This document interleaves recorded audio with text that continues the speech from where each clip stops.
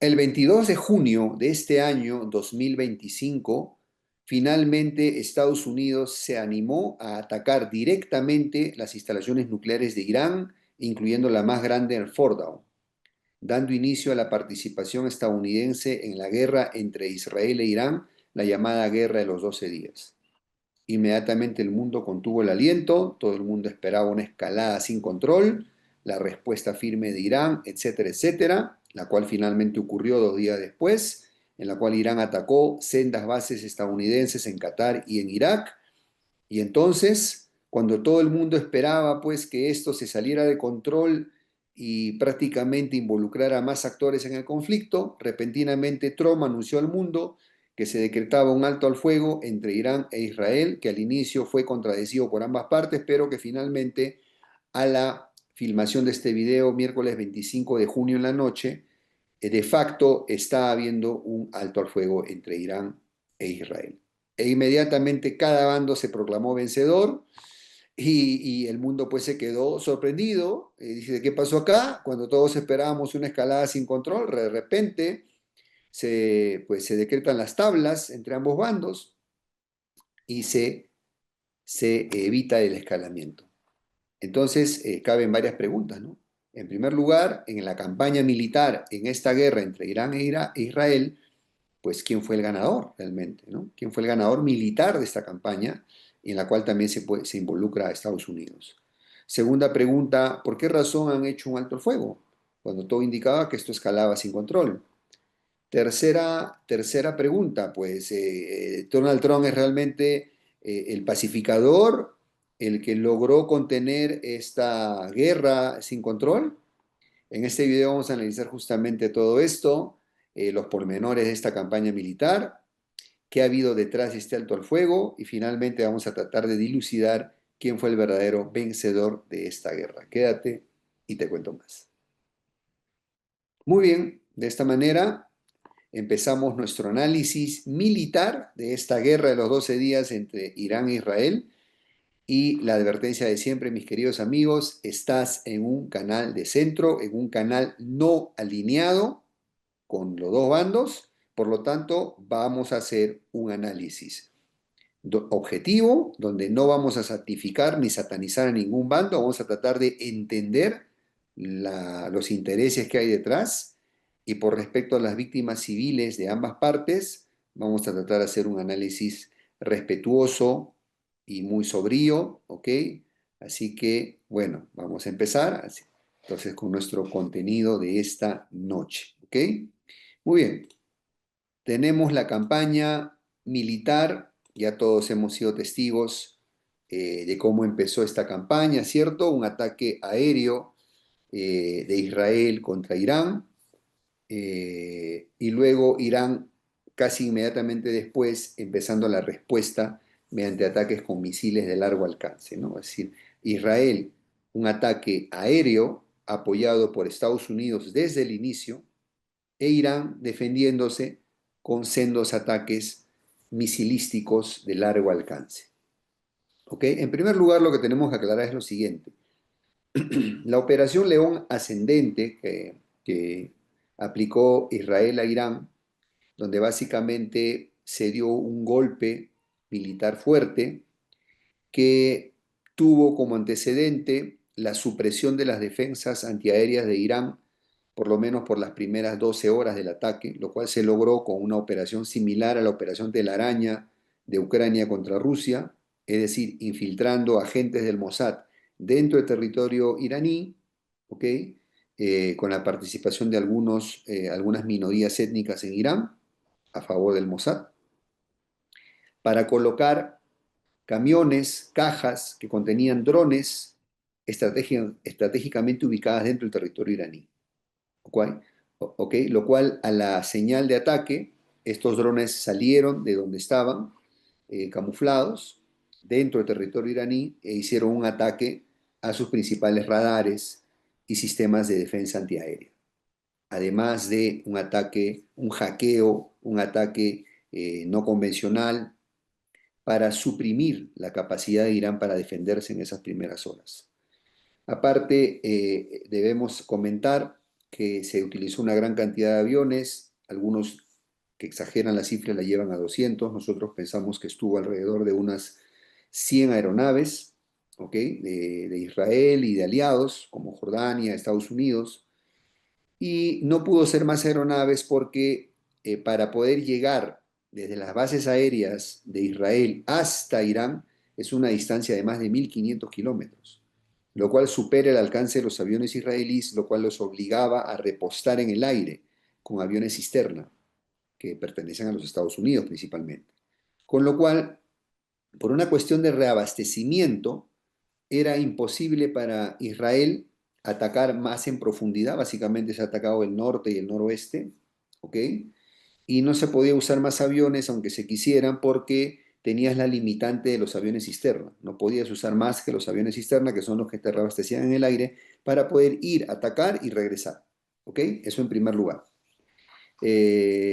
Bueno, siguiendo la secuencia, los ataques de Israel se han concentrado en el norte y noroeste. Irán es un país de más de 1.600.000 kilómetros, es decir, es 4 veces Irak, es más de 3 veces Francia, es casi el tamaño de México, entonces obviamente es un territorio inmenso que no lo puedes cubrir con fuerza aérea. Entonces, un primer dato interesante e importante es que Israel ni Estados Unidos han tenido el dominio del aire en el territorio iraní completo. Lo habrán tenido un dominio en el aire, una supremacía aérea focalizada a algunas regiones del norte y noroeste. Primera aclaración, ¿no? Importante ahí. Luego también importante aclarar que los aviones israelíes volaban hasta Irak y desde territorio iraquí, cielo iraquí, lanzaban misiles a territorio iraní, con lo cual las incursiones reales de aviones israelíes a territorio iraní eran muy escasas por el riesgo de ser derribado por las defensas antiaéreas. Bueno, también aclararlo. ¿Ok? Otro aspecto importante es que Israel y Estados Unidos subestimaron la capacidad de reacción de Irán. Es decir, ese primer golpe, muy al estilo israelí, que es descabezar a la dirigencia, que se lo ha aplicado a Hamas y a Hezbollah con mucho éxito, y que tiene antecedentes también en el ataque al general Soleimani hace unos años atrás. Es decir, Estados Unidos e Israel tienen como política el famoso ataque digamos, terror y pavor, ¿no? El shock. Es decir, descabezas al enemigo en sus cabezas más importantes, suprimes sus defensas y luego haces un ataque masivo para generar el caos. La apuesta militar de la premisa importante del ataque de Estados Unidos a Israel era generar un cambio de régimen. El objetivo principal del ataque era un cambio de régimen, ¿ok? Para obviamente sustituir al régimen de los ayatolás por un régimen más pro-occidental. Ese era el objetivo principal.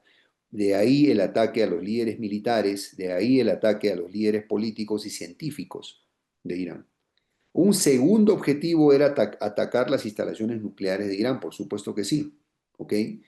Pero se era consciente en ese primer ataque que no se disponía de las aeronaves ni del tipo de bombas adecuadas para poder atacar a profundidad las instalaciones subterráneas de Irán. O sea, eso era claro que en el primer ataque no se iba a poder conseguir, porque ya se sabía por cuestiones de inteligencia que las instalaciones iraníes nucleares, de desarrollo nuclear, eran subterráneas, muy debajo de algunas montañas. Entonces, imagínate, las bombas antiperforantes de búnkeres que tienen los Estados Unidos, las de mayor profundidad, abarcan 60 metros y las montañas pues son de varios cientos de metros. Entonces pues no hay manera que tú llegues al subsuelo de la montaña, a no ser que lances sucesivas bombas en el mismo lugar de estas bombas penetrantes antibúnker, lo cual obviamente por cuestiones digamos, de la preocupación de los aviones israelíes y estadounidenses a ser derribados por la defensa aérea iraní, no era muy factible, ¿ok?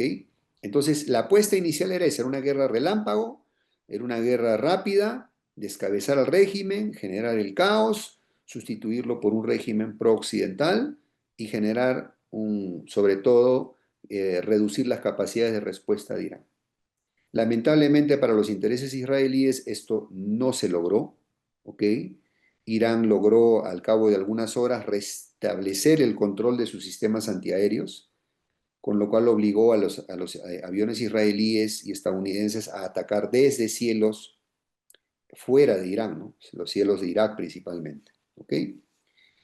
Un segundo aspecto importante es que cuando Irán empieza a responder, demuestra o más bien confirma sus capacidades que ya las había exhibido el año pasado. Es una capacidad de ataque masivo, con más de 100 misiles por tanda, por ataque.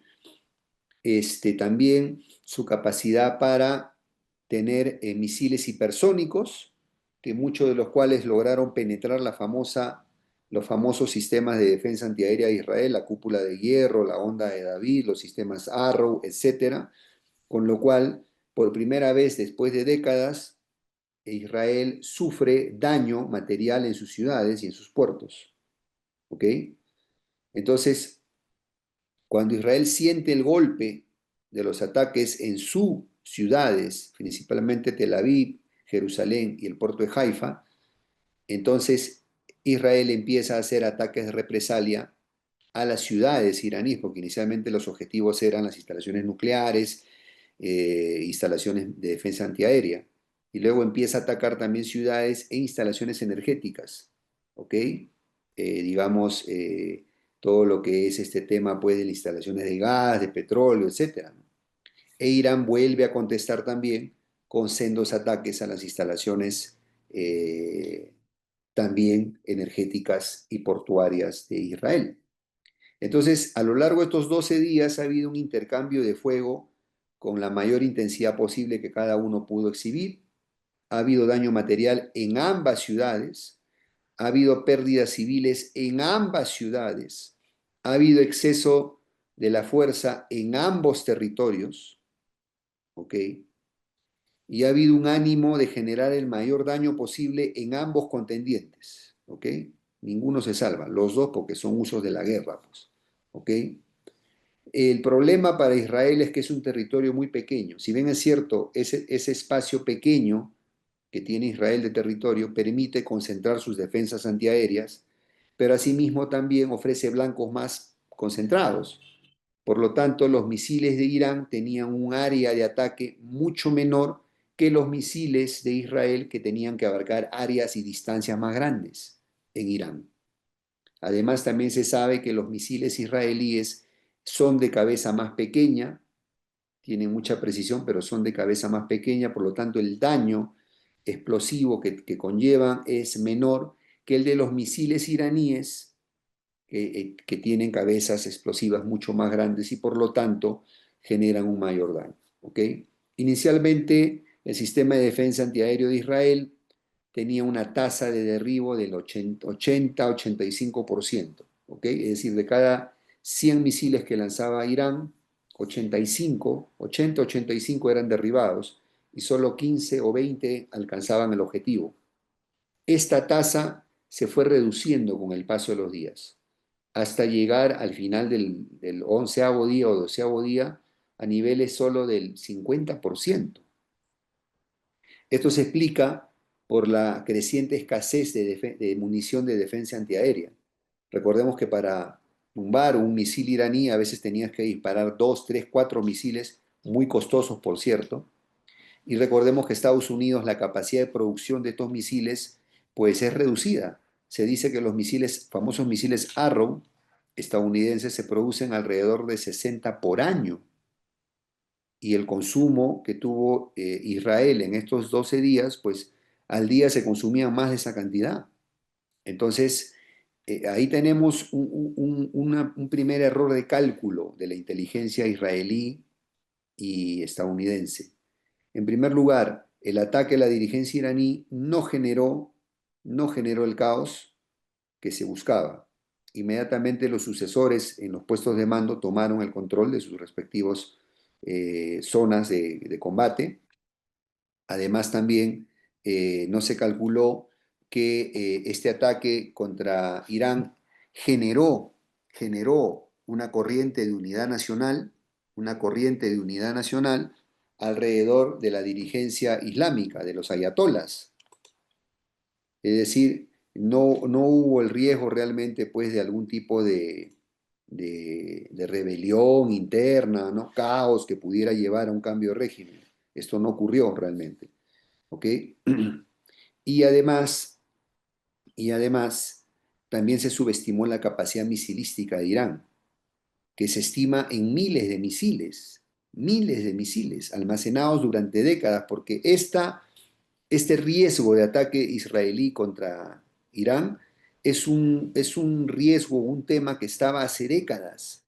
Desde los 80 que yo tengo uso de razón, yo siempre escuché de este tema de la amenaza del programa nuclear iraní y de que Israel tenía que atacar a Irán como lo había hecho con Irak, las instalaciones nucleares. Y esto se fue postergando, pero pues digamos que los ayatolas han tenido muchos años, décadas para prepararse. Entonces, inclusive han podido poner en prueba sus capacidades misilísticas en la guerra en Ucrania. Para nadie es un secreto que Irán apoyó a Rusia con material militar, con los famosos drones Shahed y con misiles también. Entonces, Irán ha podido poner a prueba sus sistemas de ataque. Por lo tanto, la fuerza de Irán misilística es una fuerza que fue subestimada realmente. ¿Ok? Y entonces, ese error de cálculo llevó a unas presiones internas tremendas en Israel, porque si tú te das cuenta que tu enemigo no ha caído con el ataque, el enemigo tiene más fuerza de la que tú pensaste, te está generando daño, un daño impensable. Acuérdense que Israel hacía décadas que no era atacado de esa manera.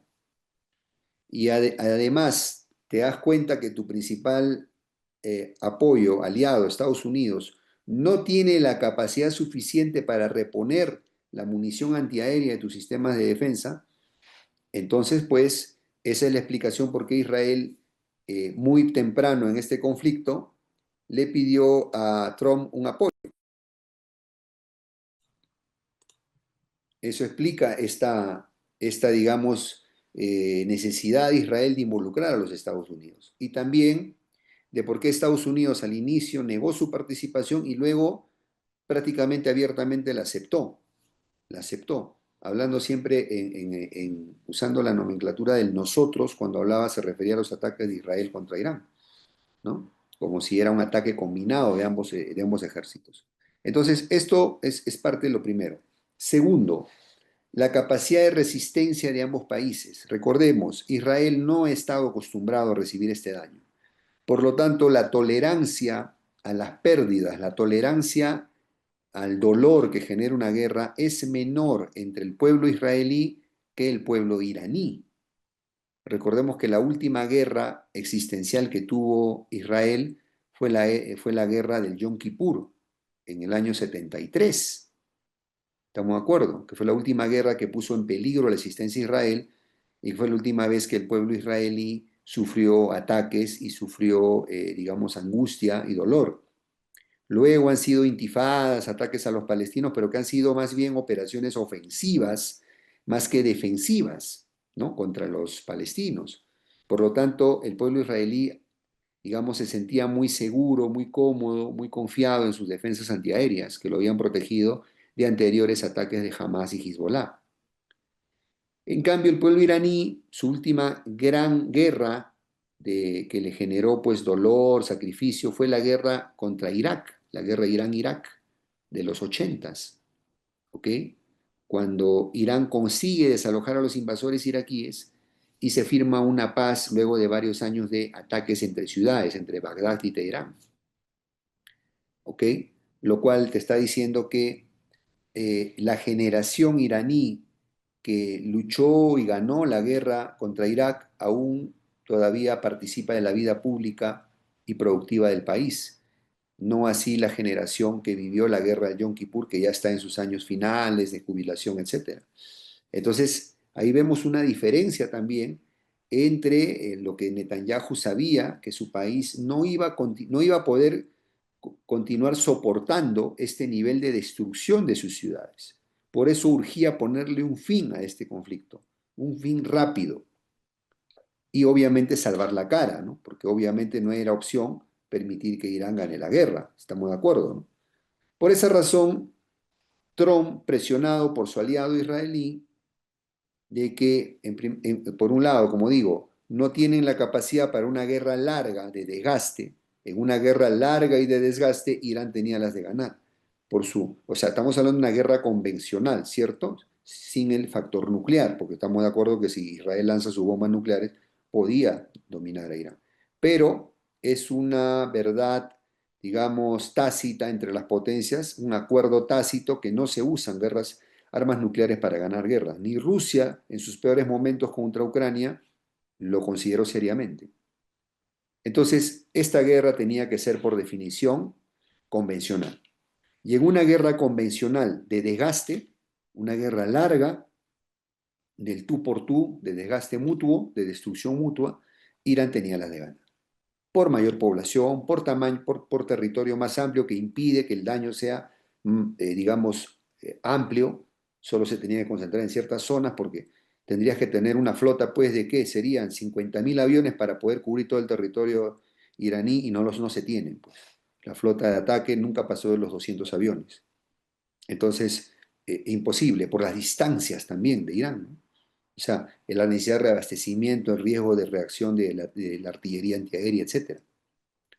Entonces, por esa razón, Estados Unidos, sabiendo esta realidad, esta debilidad, falló el ataque relámpago y al fallar el ataque relámpago no había un plan B, entonces tenías que amarrar el combate y buscar unas tablas que permitiera salvar la cara de cara al público interno, tanto para Trump como para Netanyahu, y por esa razón Trump se decide el 22 de junio a atacar finalmente a Irán, sus instalaciones nucleares en tres principales ciudades, la principal en Fordo, donde lanza las famosas bombas perforantes de los poderosos aviones B-12.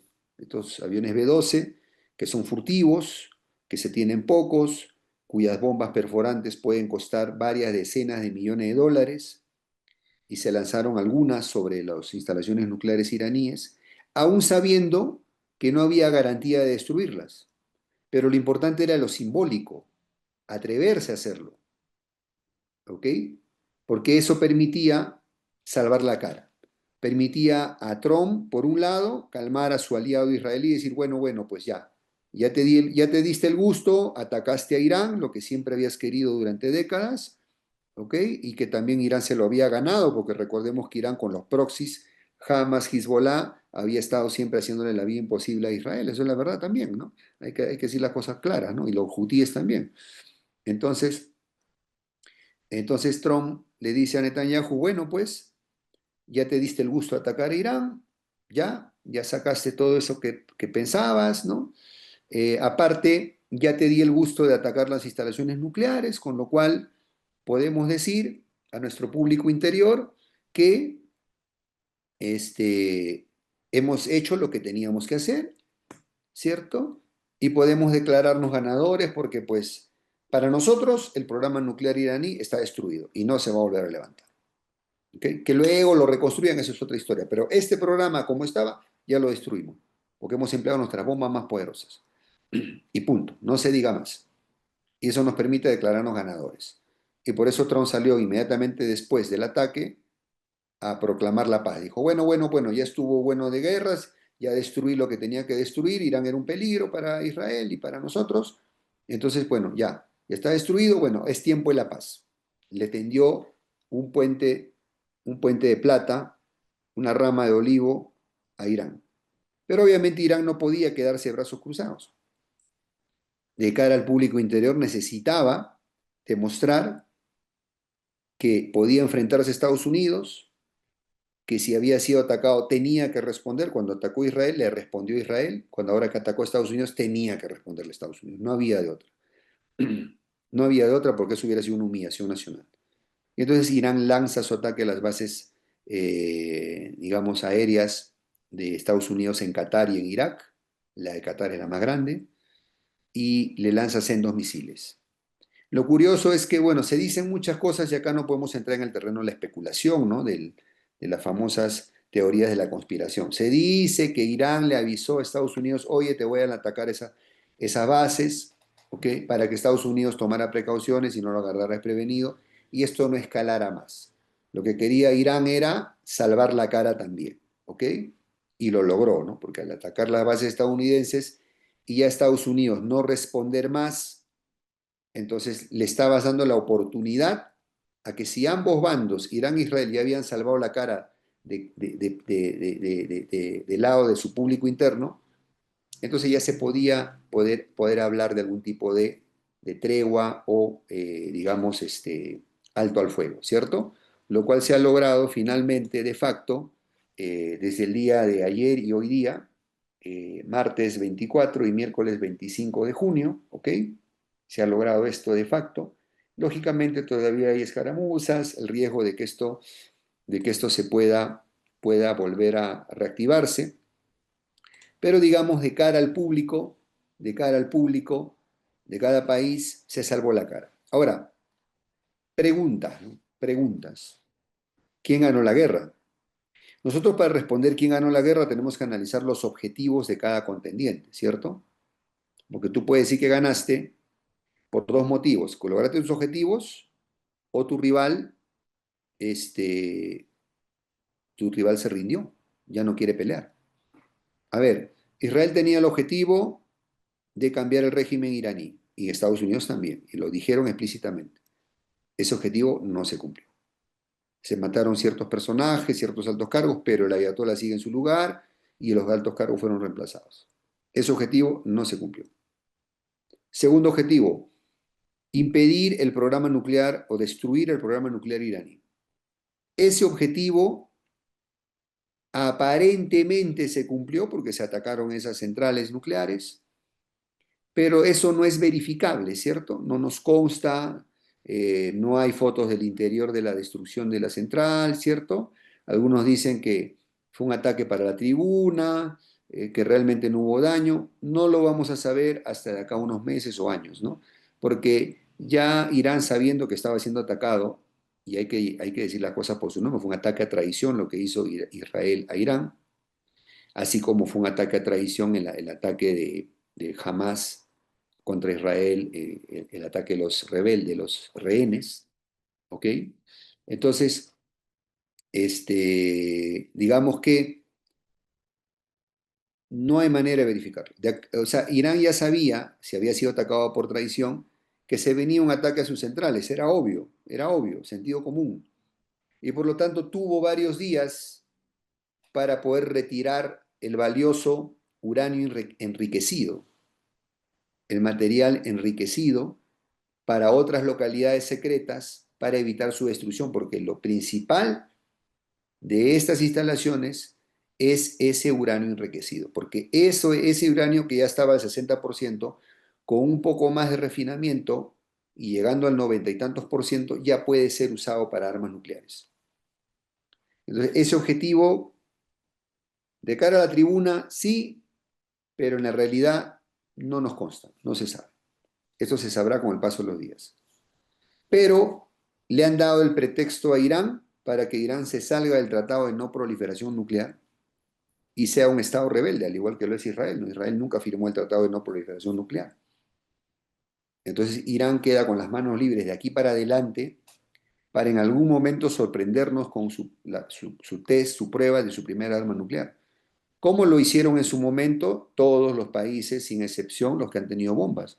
Todos nos enteramos que ya eran potencias nucleares cuando hicieron su test de prueba nuclear. Sucedió con China, con Norcorea, con Pakistán, con la India, con la Unión Soviética, etcétera, etcétera. ¿Ok? Entonces, y con la propia Israel también.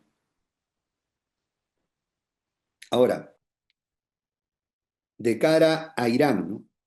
¿Cuál era su objetivo en esta guerra? Porque claro, es una guerra que no buscó Irán directamente, sí indirectamente, con sus proxies, pero tenían la esperanza que esta guerra no ocurriera, por eso andaban negociando con Trump el nuevo acuerdo nuclear, ¿cierto? O sea, Irán comete un error el año pasado cuando firma un tratado con Rusia, un tratado de defensa parcial, donde Irán no se anima a amarrarse en defensa militar con Rusia.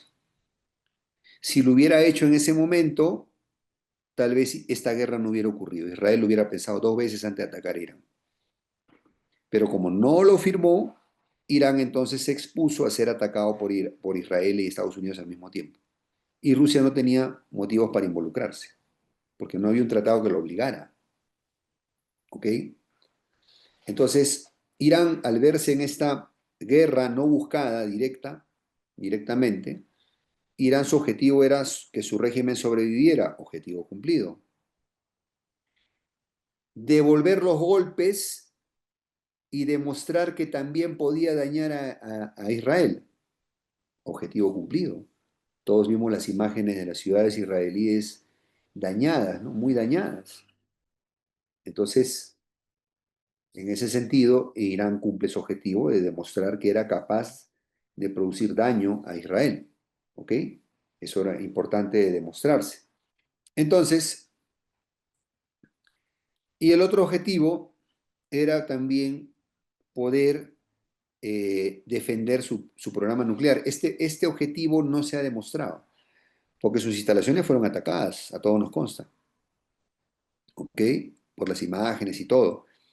Pero no está claro si Irán consiguió resguardar su material radiactivo. Ellos dicen que sí, pero no nos consta, ¿cierto? Entonces, ese objetivo no está verificado, ¿ok? No está verificado. Ahora, ¿qué descubrió Irán en toda esta guerra? Que prácticamente está solo. Rusia y China, vergonzosamente, no fueron tan firmes en la defensa de Irán como lo ha sido Estados Unidos con Israel. Es entendible que Estados Unidos se la jugara por Israel. Como yo lo dije en otros videos, Estados Unidos no defiende a Israel porque, no se ame la religión judía o se adhiera al proyecto sionista. No, no, no. Estados Unidos defiende a Israel porque es su cabeza de playa en Medio Oriente, porque es lo que le permite tener presencia militar directa, porque es lo que le permite garantizar la vigencia del petrodólar. Si Israel no existiera o Israel cayera, inmediatamente todos los aliados de Estados Unidos en la región, empezando por Arabia Saudita y pasando por los Emiratos Árabes Unidos y compañía, podrían pasarse al bando rival, que es el bando de Rusia y China. Ganas no le faltan, pero no lo hacen porque respetan y temen a Israel. ¿Ok? Entonces, bueno, de todo lo que hemos mencionado, se podemos concluir algunas cosas. En primer lugar, Israel depende de Estados Unidos para atacar y para defenderse. Comprobado. Irán tiene capacidad de generar daño a distancia, ¿ok? A sus enemigos, comprobado, por los famosos misiles hipersónicos. Irán tiene capacidad para defender su territorio y evitar daño, no tanto. Hemos visto las imágenes de un Teherán dañado, de las instalaciones nucleares dañadas. La capacidad antiaérea de Irán es tan vulnerable como la capacidad antiaérea de Israel. ¿Ok? Ambos bandos tienen capacidades ofensivas, comprobado. ¿Ok? Estados Unidos es un firme y fiel aliado de Israel y tiene claros sus intereses en la región. Rusia y China vergonzosamente no apoyaron como se debe a Irán. Y no me estoy refiriendo a apoyar con soldados o armas directamente. Bastaba con que Rusia le ofreciera su paraguas nuclear y dijera a Estados Unidos, óyeme, amigo estadounidense, ok, agárrense entre ustedes, guerra convencional, pero no voy a permitir un ataque nuclear contra Irán. Que si eso ocurriera, me obligan a mí a intervenir nuclearmente también. Si hubieran dicho solamente eso, entonces Israel y Estados Unidos no hubieran actuado tan abiertamente y tan impunemente como lo hicieron. Lo hubieran pensado dos veces. ¿Por qué no Rusia no se comprometió y no participó tan activamente? Esa es una buena pregunta. Todos entendemos que los intereses geopolíticos de Rusia en Irán son importantes. Irán es clave para los BRICS, tanto para Rusia como para Rusia, como para China, para salir al Océano Índico a través de Irán. Es innegable. ¿Por qué razón no se han comprometido? Bueno, China porque tiene una política de no intervención abierta, puede tener una política de intervención solapada. Eso sí, se hablan de unos aviones chinos que llegaron a territorio iraní y desaparecieron de los radares. Se especula que llevaban aprovisionamientos militares, posiblemente. Pero Rusia solamente se dedicó a decir que condenaba el ataque, que no estaba de acuerdo, que no sé qué, y puro humo, puro humo. Recordemos que Rusia tiene una gran colonia judía que tiene participación en el gobierno ruso. Por esa razón que Rusia e Israel nunca se han atacado en la región del Líbano, ni tampoco en Siria. Acordémonos que Israel bombardeaba impunemente a Siria, a Bashar al-Assad, cuando era el protegido de Rusia, y Rusia nunca intervino para limitar los ataques israelíes o defenderse de los ataques israelíes. O sea, Israel nunca atacó directamente las bases rusas, pero atacaba a los aliados rusos en Siria. Y Rusia nunca reaccionó. O sea, esto no es nuevo en Rusia. Y yo creo que es un gran error. Y a mí me hace sospechar, como lo dije en un video anterior, que hay un acuerdo entre Estados Unidos y Rusia. Estados Unidos está dejando agonizar a Ucrania a propósito, porque sabe que es una guerra perdida, es un barril sin fondo, ¿ok? Y dejándole de alguna manera la posibilidad de que Rusia avance más y obligue a Zelensky a sentarse por el avance. Y por otro lado, Rusia le devuelve la cortesía dejando caer a Assad, lo cual benefició a Israel, y también dejando desamparado a las ayatolas. Pero esto se contradice con lo que dijo Putin, de que ellos ofrecieron la asistencia de defensa mutua a Irán y Irán no quiso. Entonces ahí habría que ver quién está mintiendo, ¿no? Pero es evidente que Rusia no ha tenido el protagonismo que debería tener en Oriente Medio. Esta es una... Ahora, eran algunas cosas, algunas paradojas de esta guerra, ¿no? Rusia condena el ataque traicionero de Israel y Estados Unidos a Irán y se ofrece de mediador. Rusia que atacó traicioneramente e impunemente a Ucrania. Recordemos que Rusia fue el que invadió Ucrania, no al revés. Entonces, ¿Rusia con qué base moral podía ofrecerse mediador si él hizo lo mismo? ¿De qué estamos hablando, no? ¿Estamos de acuerdo, no? Y esas son esas paradojas, ¿no? Hay gente que defiende que Rusia tenía derecho a atacar preventivamente Ucrania porque Ucrania estaba provocándola. De hecho, hubo unas declaraciones de Zelensky diciendo que Ucrania debería recuperar sus armas nucleares para defenderse de Rusia y eso precipitó el ataque ruso. Recordamos, nos suena parecido a Israel con Irán. Mucha gente critica a Israel que por qué ataca a Irán, que Irán también tiene derecho a tener armas nucleares, pero mi querido amigo, si tú has estado de acuerdo en que Rusia atacó a Ucrania porque el riesgo que Ucrania desarrollara armas nucleares, si tú avalaste eso, pues tendrías que avalar que Israel tiene el mismo derecho a prevenirse de que un enemigo jurado, en este caso Irán, se haga de armas nucleares, ¿no? Y que tenía razón en atacarlo preventivamente. ¿Nos damos cuenta o no la ambigüedad? Pero por otro lado, si tú eras defensor de Ucrania, porque era la víctima de un ataque traicionero e impune de Rusia, un ataque abusivo, si tú eras pro-ucraniano, pues también tendrías que ser pro-iraní, porque Irán también ha sufrido un ataque traicionero e impune y no provocado. Nos damos cuenta de las paradojas, ¿no? Eso demuestra mi punto inicial cuando yo siempre digo que no hay buenos y malos, acá hay puros intereses.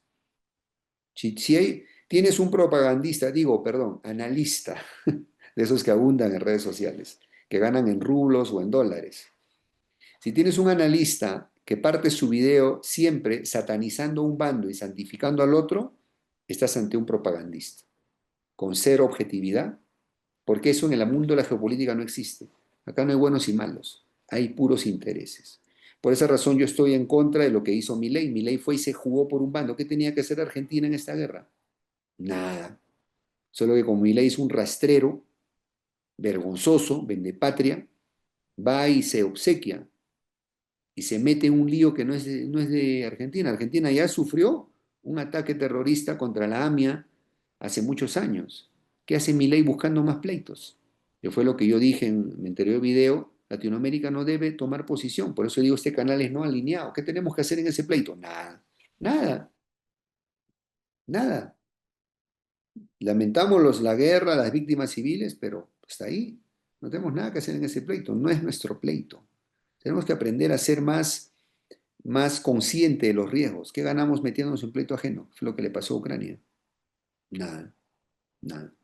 ¿Ok? Y entonces podemos concluir con todo lo que hemos mencionado, ¿ok? Que no hay un ganador claro de esta guerra. Tenemos que ser claros en eso. Cada uno tiene algo de razón para declararse vencedor. Israel puede decir, hice lo que siempre juré, ataqué a Irán y ataqué sus instalaciones nucleares. Tiene razón. Desde ese punto de vista podría decir, tuve éxito, gané la guerra. Irán puede decir, me defendí, no colapsé, demostré que puedo dañar a Israel a pesar de sus sistemas de defensa antiaérea, gracias a mis misiles hipersónicos, como a todos lo vimos en los videos. Tengo la capacidad de dañar a Israel y lo dañé, ¿ok? Es decir, le devolví los golpes y además también devolví el golpe a los Estados Unidos. Por lo tanto, puedo declararme también ganador, porque además no busqué la paz vino, el primero que habló de paz fue Donald Trump, es la verdad, hablemos de eso, ¿no? Y Estados Unidos podría decir que también tuvo éxito porque atacó las instalaciones nucleares de Irán. Entonces, no hay un ganador claro y yo creo que esto es unas tablas. Esto acabó en tablas. Porque si Estados Unidos e Israel se sintieran tan poderosos y tan seguros de ganar, no habrían ofrecido las paz. Y si Irán estuviera tan seguro de poder ganar esta guerra, no habría aceptado la propuesta de paz. Así de simple. Ahora Irán, algunos critican, pero ¿por qué Irán aceptó la paz de Donald Trump? Que no sé qué. Pero, ¿qué querías? ¿Que Irán se bata solo? Porque estaba solo.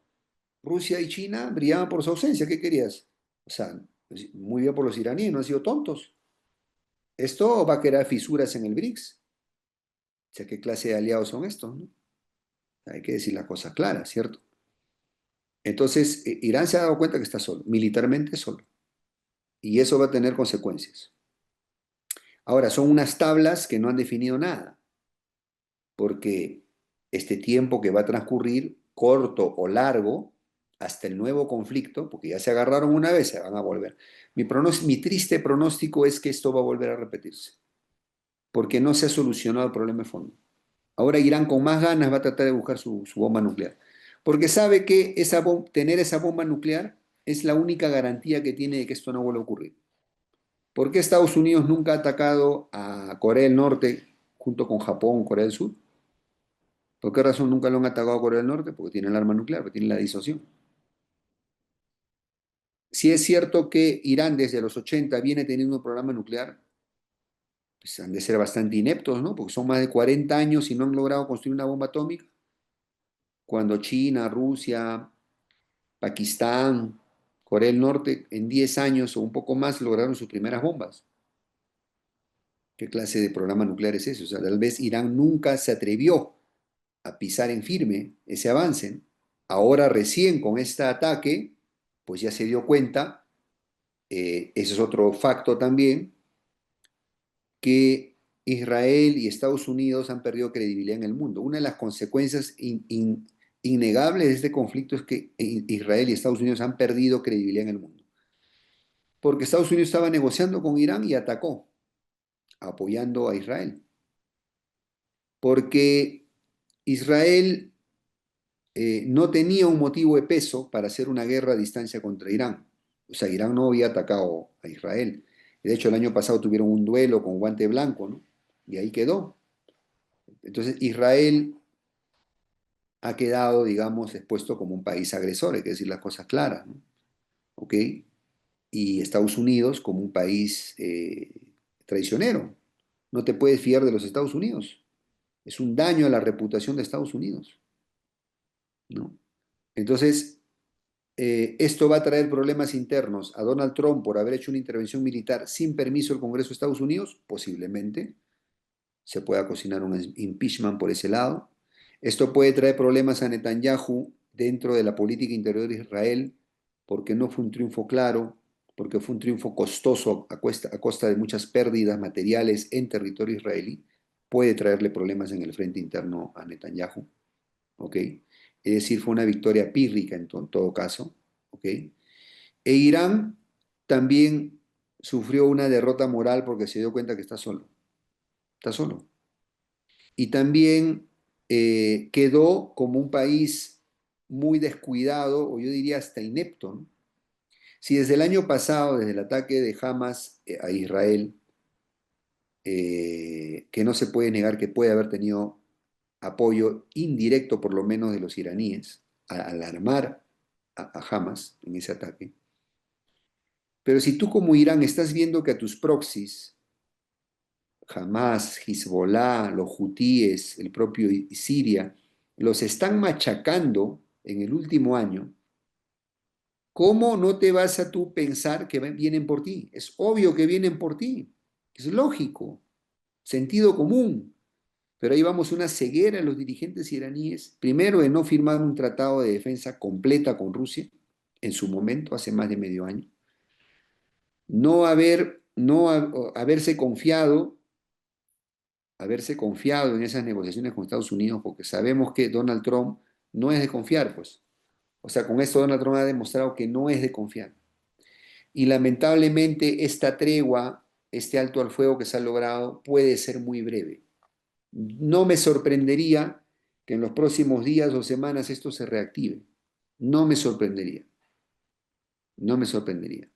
Es una paz muy endeble, porque ninguno de los dos bandos fue derrotado claramente, ni ganó claramente. Simplemente es como un break y nos volvemos a encontrar de acá un tiempo y cada uno va a tratar de reconstruir sus daños y de rehacer su aparato de ataque y defensa. Lamentablemente, no es una paz duradera, porque no se basa en la confianza en las partes. Por eso el título de este video, ¿no? El alto al fuego conseguido por Trump, ¿es una trampa o una paz? Lamentablemente, por los antecedentes de Donald Trump, lamentablemente, por la pérdida de prestigio de Donald Trump y del gobierno de Estados Unidos, suena más a una trampa que a una paz. Y mal haría Irán en confiarse de nuevo. Mal haría en confiarse de nuevo. Tiene que, en este momento, hablar muy claramente con Rusia y China y decir, bueno, ¿cómo es? ¿Estamos juntos o no estamos? Hablen claro. Porque yo no voy a hacer una nueva Ucrania. O sea, Irán inteligentemente aceptó la tregua. Porque ¿qué hubiera pasado si no aceptaba la tregua y le ganaba el orgullo o el fanatismo? Hubiera acabado como Ucrania. Irán se hubiera convertido en una guerra de desgaste. O sea, eso es lo que yo decía, ¿no? Al final de una guerra, de esta guerra, si hubiera continuado Israel-Irán, los únicos ganadores hubieran sido Estados Unidos, que conservaba su petrodólar, o Rusia y China si intervenían, porque podían hacer que el petróleo subiera y por lo tanto se beneficiaba a Rusia, o podían hacer que Estados Unidos se distrajera en una guerra de desgaste y permitiera la recuperación de Taiwán por parte de China. Entonces, inteligentemente, Netanyahu y el Ayatollah aceptaron la tregua, porque se iban a convertir en otra Ucrania. ¿Qué ganarían los israelíes y los iraníes de una guerra de desgaste? Nada, que hay que ganar nada. Porque además, recordemos algo, estos países no tienen frontera directa. O sea, no había manera que Israel invadiera Irán y lo sometiera, o al revés, Irán invadiera Israel y lo sometiera. No hay manera. Esta iba a ser una guerra aérea, de ida y vuelta, de destrucción mutua, asegurada, porque ambos han demostrado que tienen capacidades ofensivas tremendas y capacidades defensivas limitadas. ¿Ok? Entonces, digamos que,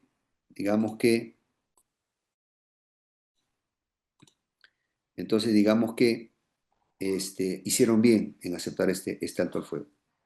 Pero pienso que es una postergación de este problema. Esto va a volver, hasta que un bando nítidamente prevalezca. Irán estará lamiendo sus heridas, tendrá que reunirse con Rusia, con China y decir, bueno, ¿qué está pasando acá? O vamos a defendernos juntos, el bando, etcétera, o qué. Tienen que aclarar sus cosas. Israel y Estados Unidos hábilmente amarraron. Es como el boxeador, tú entras pues, ¿no? Madrugando al boxeador rival, pensando noquearlo rápido, no lo consigues, el rival se recupera, empieza a golpearte, empieza a dañarte, te das cuenta que no tienes el cardio suficiente para aguantar la pelea, entonces amarras. Amarras y bueno, que queden tablas. Lo que ha pasado, es lo que ha pasado. ¿Ok? Entonces digo, es una victoria pírrica en general para todos los bandos. No hay una ganancia neta, nítida, grande para uno de los bandos. ¿Ok? Estados Unidos ha ganado la prolongación de su petrodólar. Israel ha logrado reducir las capacidades nucleares de Irán. Sí, claro, algún daño hay, por supuesto. E Irán, Irán ha demostrado que tiene capacidad de defensa, pero también ha quedado demostrado que está solo. Entonces, eso van a tener que arreglarlo con sus aliados, ¿cierto? Entonces, bueno, esta es la situación al día de hoy. Yo no me confiaría de Donald Trump. Lamentablemente es una persona que no ha demostrado estabilidad, credibilidad. Dice una cosa hoy, hace otra cosa mañana. Y algo que aprendí yo con la vida, a los años que tengo, es que tú tienes que juzgar a las personas o a los países o a tus rivales más por lo que hacen que por lo que dicen. Donald Trump puede decir mil cosas, pero en la realidad, si Irán detecta movimiento militar, reabastecimiento de Israel, que viene otro ataque, pues mal haría en dormirse en los laureles, ¿no? Tiene que seguir reforzándose, ¿ok? Entonces, esa es un poco la situación al día de hoy, miércoles 25 de junio, en la noche, ¿ok? Que estamos filmando este video y vamos a ver cómo se desarrollan los siguientes capítulos de este conflicto, ¿ok? Que solo es un alto el fuego, esto no es una paz firmada, no hay un documento firmado. Recordemos que los tratados de paz se consiguen de dos maneras, o imponiendo el tratado de paz por rendición incondicional, o por negociación equitativa, donde ambas partes consideran que el tratado es justo y se comprometen a cumplirlo. En este caso no tenemos ninguna de esas dos condiciones, porque ni Israel se impuso a Irán ni viceversa, ni tampoco hay confianza entre ambas partes para negociar un acuerdo firmado, ¿no? Y la verdad fue bastante cómico ver cómo Donald Trump tenía el descaro, se podría decir, ¿no? Luego de haber atacado, ahora ofrezco la paz y se dirige como el mediador o el defensor, es una cosa de locos, ¿no? También es una cosa de locos que Putin se ofrezca de mediador siendo quien agredió a Ucrania, ¿no? ¿Qué base moral puede tener Putin? Nada, cero. Quizás aquí los que debieron mediar fueron la Unión Europea o China, tal vez, ¿ok? O los vecinos regionales, Turquía, Arabia Saudita, ¿no? Pero lamentablemente eso no ha ocurrido. Y otra cosa que también llama la atención es la desunión entre los países árabes. Bueno, sabemos que Irán no es árabe, es persa, pero la Liga Musulmana de Medio Oriente ahí tiene profundas diferencias. Mientras los países musulmanes sigan divididos, van a seguir jodidos. Arabia Saudita, por rivalidad con Irán, no lo ha apoyado, ni lo piensa apoyar. En su momento, Irak hizo lo mismo con Irán, ¿cierto? Se peleó con Irán y luego cuando fue atacado en la tormenta del desierto por Estados Unidos, tras su invasión a Kuwait, Irak estaba huérfano de apoyos, nadie lo apoyó, ni siquiera la Unión Soviética, ¿ok? Y algo de parecido es lo que está pasando, ¿no? Es decir, las ambiciones de supremacía de Turquía, de Arabia Saudita, de Irán, chocan contra el muro del divisionismo, ¿ok? Entonces, yo no auguro nada bueno en los países árabes, son muy torpes, son muy desunidos. Mientras eso ocurra, Israel va a seguir siendo fuerte y va a prevalecer. El día que los países musulmanes se unan realmente, ese día realmente Israel estará en peligro real. Pero hasta que llegue eso, lo dudo mucho tal como van las cosas, lamentablemente, para los intereses islámicos y felizmente para los intereses israelíes, obviamente. ¿Listo? Muy bien, ese es un poco el análisis militar que les quería comentar, ¿ok? Cómo se suele definir las victorias, ¿ok? Por cumplimiento de objetivos, ¿ok? O por, digamos, forzar al enemigo a rendirse, lo cual en ningún caso, en ninguno de estos casos ocurrió. No hay un ganador claro, ¿ok? Y bueno, vamos a cerrar este video con las reflexiones a continuación, ¿ok? Entonces, ¿qué conclusiones podemos sacar hasta este momento de este conflicto para nuestra Latinoamérica? En primer lugar, hay dos polos de poder, dos grupos de países enfrentados en el mundo. Estados Unidos, Occidente, Europa Occidental, Israel, Japón, etcétera, versus el bloque de Rusia, China, Irán, Corea del Norte. Lamentablemente para los intereses del llamado sur global, esta alianza entre estos cuatro países es endeble y se ha demostrado en esta guerra. ¿Ok? Irán se quedó huérfano en el momento en que más necesitó apoyos. ¿Ok? Entonces, y esta polarización, este choque de guerras proxies, recordemos que Ucrania es una guerra proxy, donde se están enfrentando estos dos bandos indirectamente en territorio ucraniano, generando destrucción en Ucrania. Ahora hubo este amago de guerra proxy entre Irán e Israel. Podría surgir otra guerra proxy en Taiwán, pero el mensaje para Latinoamérica es: no nos compremos pleitos ajenos. No hagamos semejante irresponsabilidad y semejante locura. No queremos una Ucrania en Latinoamérica. Basta ya de payasos vendepatria.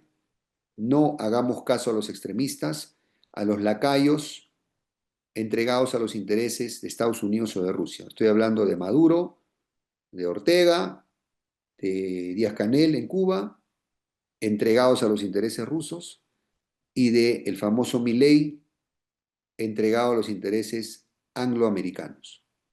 Esto es una irresponsabilidad total. ¿Qué tiene que hacer Latinoamérica en este pleito? Nada, nada, cero. No tenemos por qué ganarnos pleitos ajenos. Tenemos suficientes problemas propios como para meternos en pleitos de extraños. ¿Ok? Eso en primer lugar. No permitamos la polarización en Latinoamérica, porque la polarización es peligrosa. Si algún candidato hay para ser la próxima Ucrania en Latinoamérica, esos son Venezuela y Argentina, lamentablemente. Y ahí va el mensaje para los ambos pueblos: ya basta de estos lacayos de los intereses extranjeros. Tenemos que luchar por una Latinoamérica unida.